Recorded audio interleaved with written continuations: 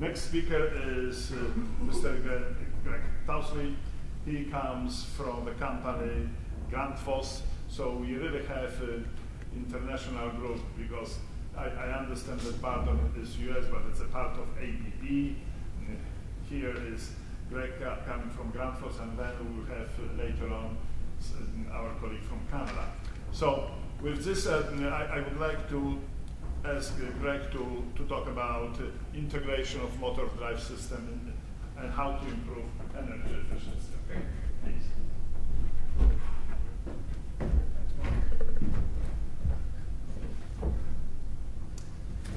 One of the things when talking with Mark about this, I wanted to kind of focus on, learn a little bit about motors and what's going on there, but as a motor-driven component in a system, wanted to provide a little bit of background about maybe what we're hearing is out there, what the market needs, or what we're hearing the market needs as far as these motor-driven pump systems. Explain a little bit about what we've done so far in meeting these needs, and then hopefully identify a few more things that we see that we're doing, working on, that can happen to help reduce energy consumption and pumping energy systems as well, or pumping systems also. One of the things that's happened in Europe, as Mark has talked about, we're primarily a European-based company, is that they have driven pump efficiency standards in Europe, and effective January 1st of 2013, basically the lowest 10% of the pumps operating in Europe are going to be eliminated. And by, I believe it's 2016 or 2017, they're basically eliminating the lowest 40% of pumps that operate in Europe.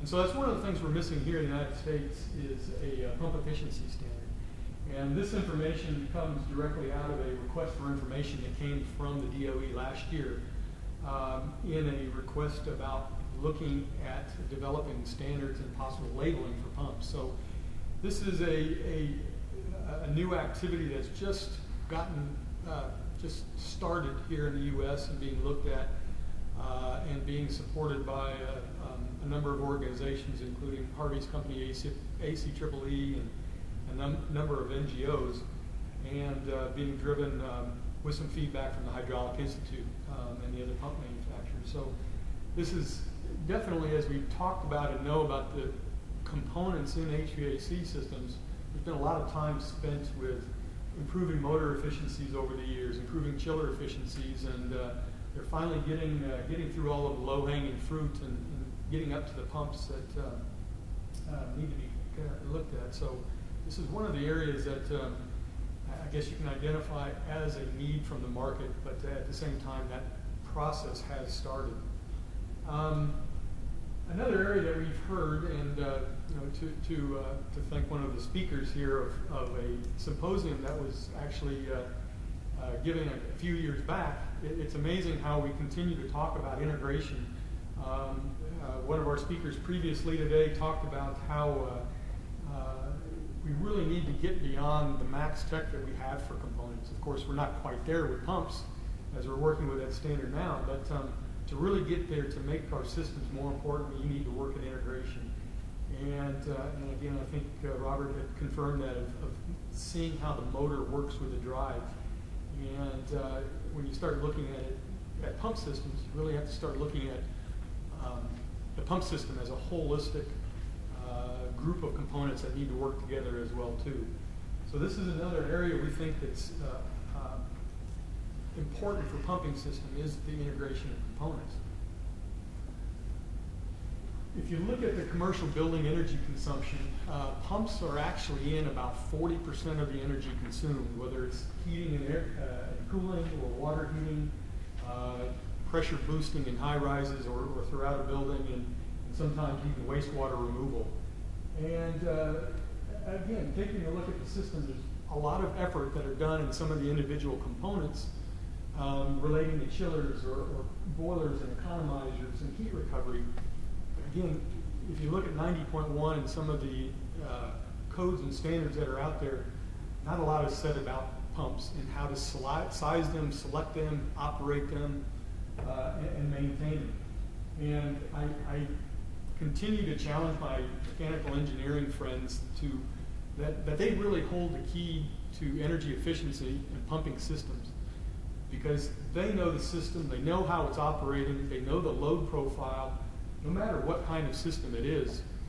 And so they have the opportunity to really size and select and choose the right pump and the right other components to make that pump and move that liquid around most efficiently. One of the things I talk to these engineers are about knowing their system is knowing the load profile. And this could be a typical load profile for a secondary chill water system. You see, if you look at the maximum flow rate of that pump in that system, majority of the time operating hours, which could be in an HVAC system as many as 4,000 hours a year or more, majority of the time it's not operating at 100%. It's in the 75 to 90%, and even a third of the time down almost at half of the flow rate. But each system is going to be a little bit different about how it operates, no matter what kind of system it is, but where it's located, how big the building is, the type of heating and cooling, etc. And this is a typical load profile for a water pressure booster system. And again, most of the time, it's not operating at the peak flow of the system.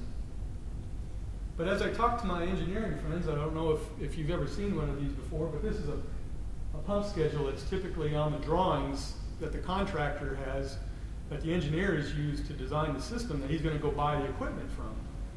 And typically, as you see the pumps on the system, there's two hot water pumps, and typically one's 100% and the other one's a backup.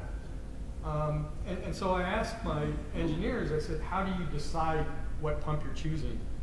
And why you've chosen that pump to operate at 726 gallons a minute at 125 feet. And he says, that's peak load. I got to make sure I can handle peak load.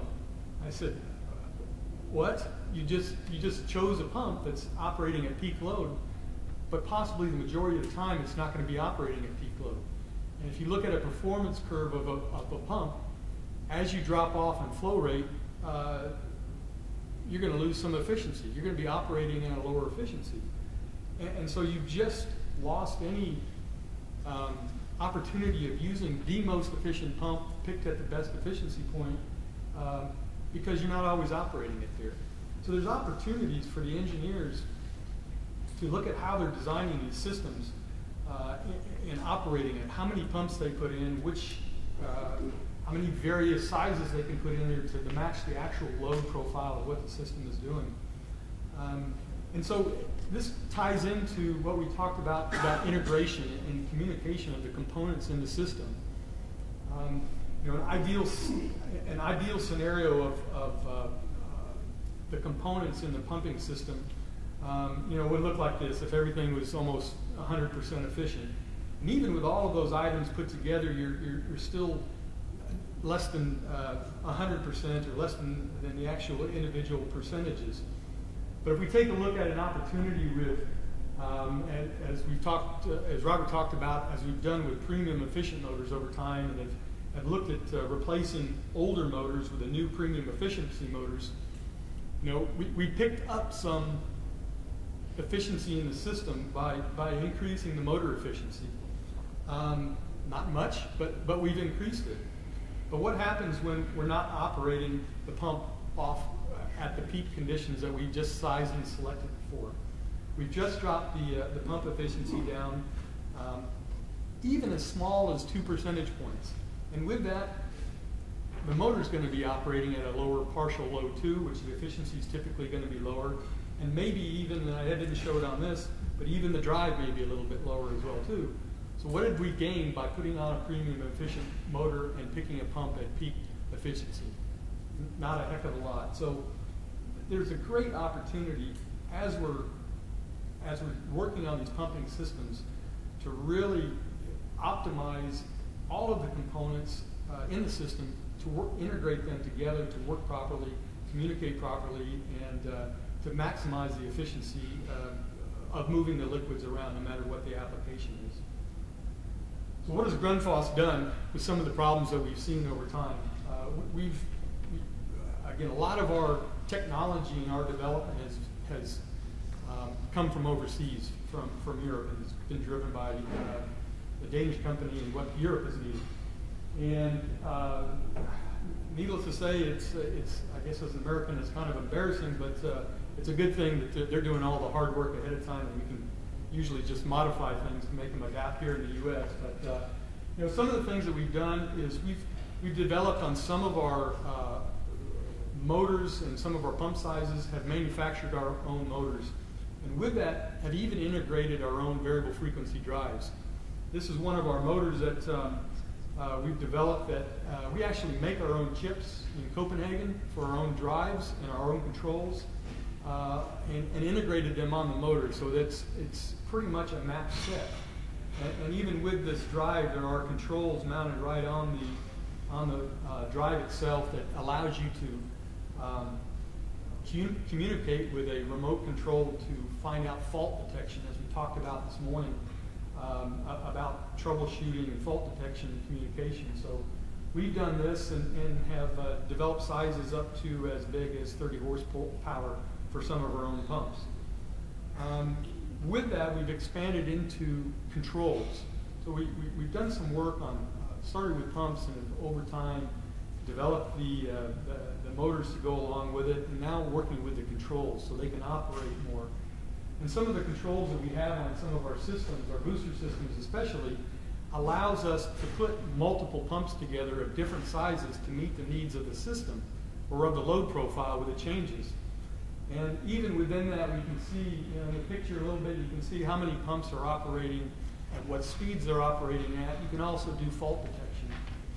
What was interesting when we launched this product a few years ago, we actually had it at one of the trade shows, and our technician couldn't figure out why the system wouldn't run on our pretty display. And he actually went into the fault detection, and it told him exactly where the wire was loose within the control cabinet.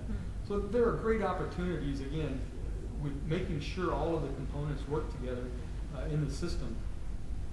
And we've done some other things, developing our own sensors as well too. We know to get the pumps and the motors and the drives to work all together, you have to communicate and get that feedback. And we started developing our own flow and pressure and temperature sensors as well too, to allow us to have that feedback and integrate and have those all work together and communicate properly.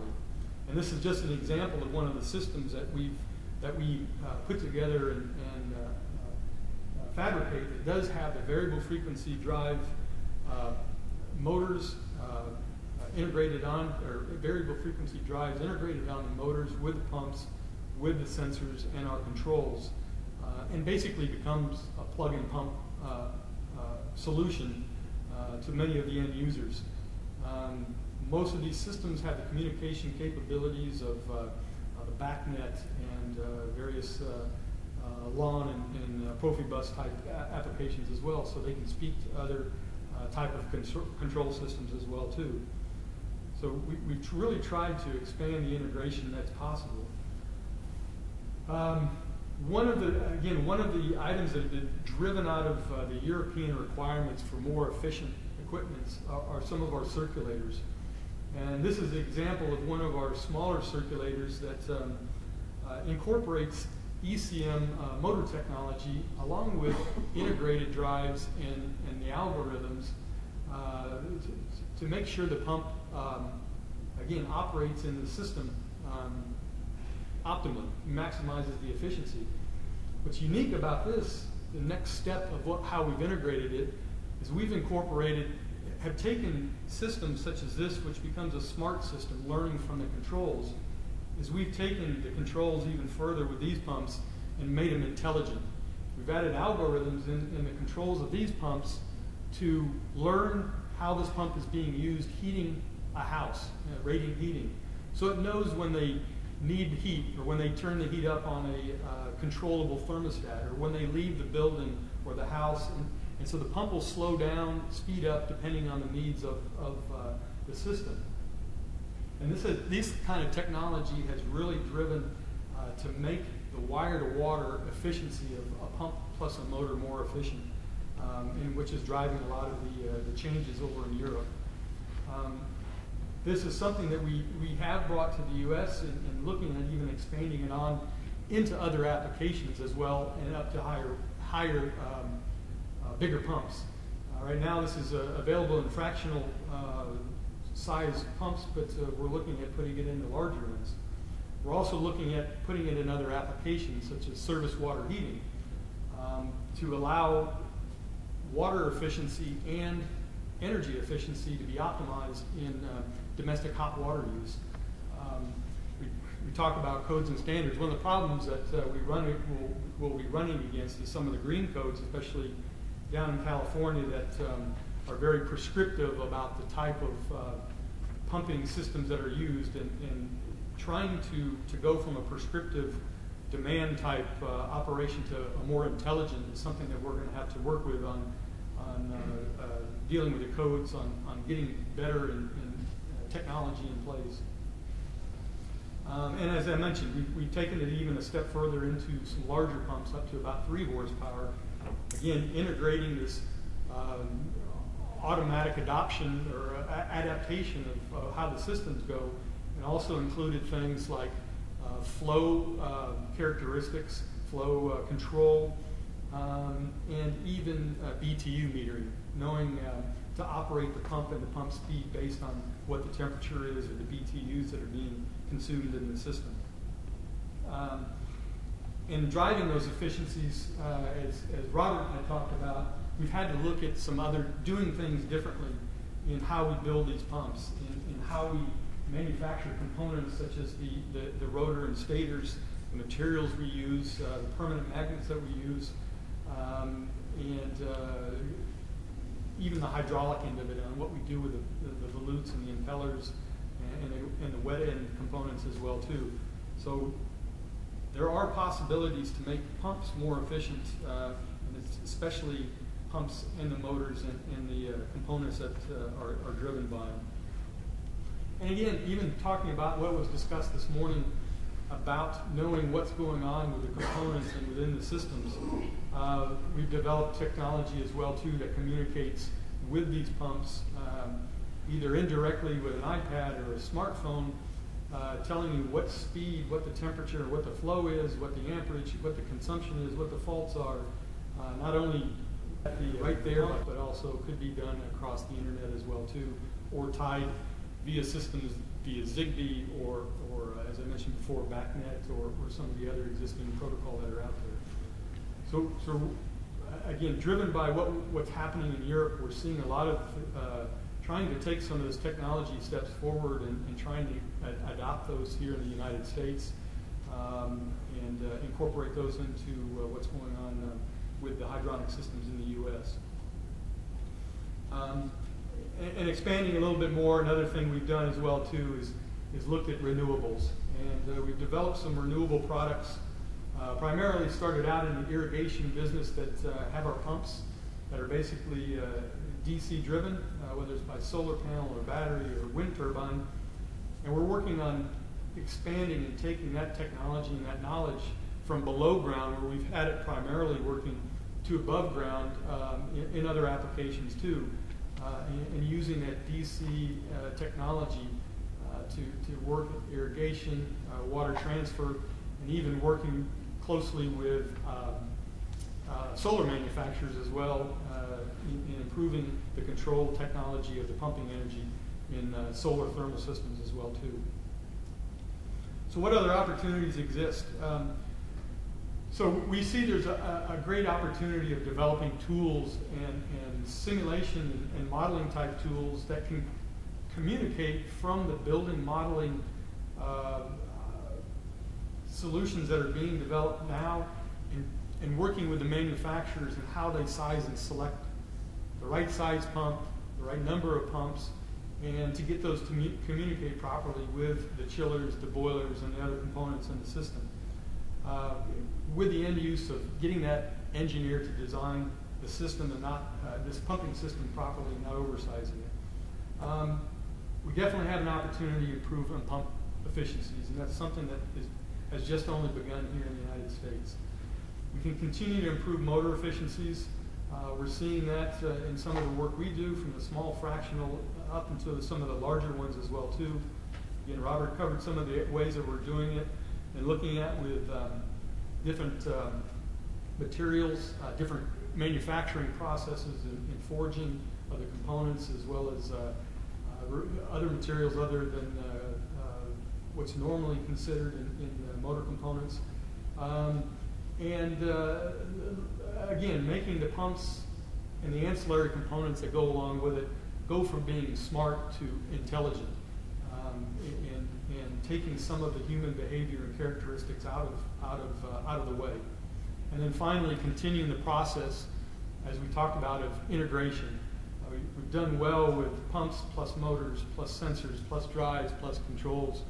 We need to start working with some of the other OEMs, the bigger OEMs, the other bigger motor manufacturers, the boilers, the chillers, different components that utilize pumps in their hydronic systems, and really finding out ways that we can maximize the individual components' efficiencies while optimizing the total efficiency of the system as well too. And again, we're starting to do that with some of the major OEM markets, the boilers, the solar people, and all the different other types of hydronic systems that are out there as well too. And that will be the next step, I think, for us in the integration of pumps and pumping systems. So again, 3 key points. There's an opportunity to improve the pump efficiencies individually as a component. We must do some things to change the way engineers design pumping systems and the products they put into it. And then we must look beyond just the individual components efficiency and look on how we can integrate and collaborate to make all of the components within a pumping system much more efficient. Thank you. Thank you. Any questions? Well, you've been down this road with pumps. Your colleagues who move air around are just starting down this road of ratings and testings for fans. What would you advise them to do? You know, Harvey, in talking with Mike at AMCA on the fan side, in some ways they're a step ahead of us pump guys in the United States or in North America, in that they've taken some steps ahead in how to look at fan efficiency as a component and to put some things in play to help the engineers apply the fans better. The things that the Europeans have done on the pump side have started more on the basis of the individual pumps. Again, of driving, getting rid of the worst performers out of the market, and then take the next steps and drive what they call the EEI, the Energy Efficiency Index, to drive pump efficiencies up. And I think that's the direction that's going to happen here in the U.S., is starting with water pumps initially, of getting rid of the worst performers. But the next area that is being looked at in Europe that we're struggling with as manufacturers that are starting to communicate with the DOE is what they call extended product.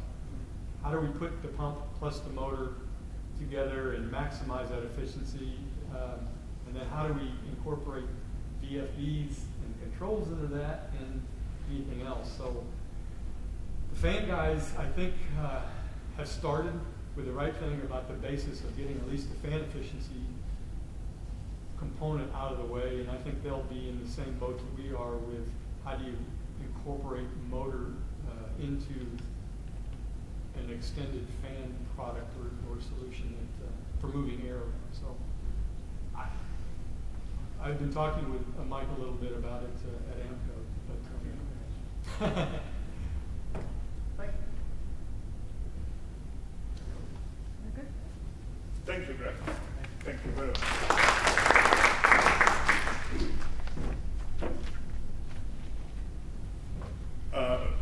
Rushing a little bit before I failed, my apologies, Greg. to mention that Greg is working, of course, right now for a Danish company, but he is all the way from Kansas. He has numerous positions, and I will read only two of them. He is on advisory board. He is advisory board chairman for Mechanical Engineering Department and advisory board member for Engineering Management Department, University of Kansas, of course. And of course, he has a mechanical engineering master degree and Master of Science and Engineering Management, also from University of Kansas. Also, it's not that I'm putting some kind of endorsement of your product. However, I wanted to let you know that circulator he was talking about, we call it alpha pump. Okay. When we heard about that product first time, we couldn't believe. You know, you are reading on a paper that it's only 6 watts and it's going to do the work as of regular 142 watts pump. And it's, probably it was misprinting or something like this.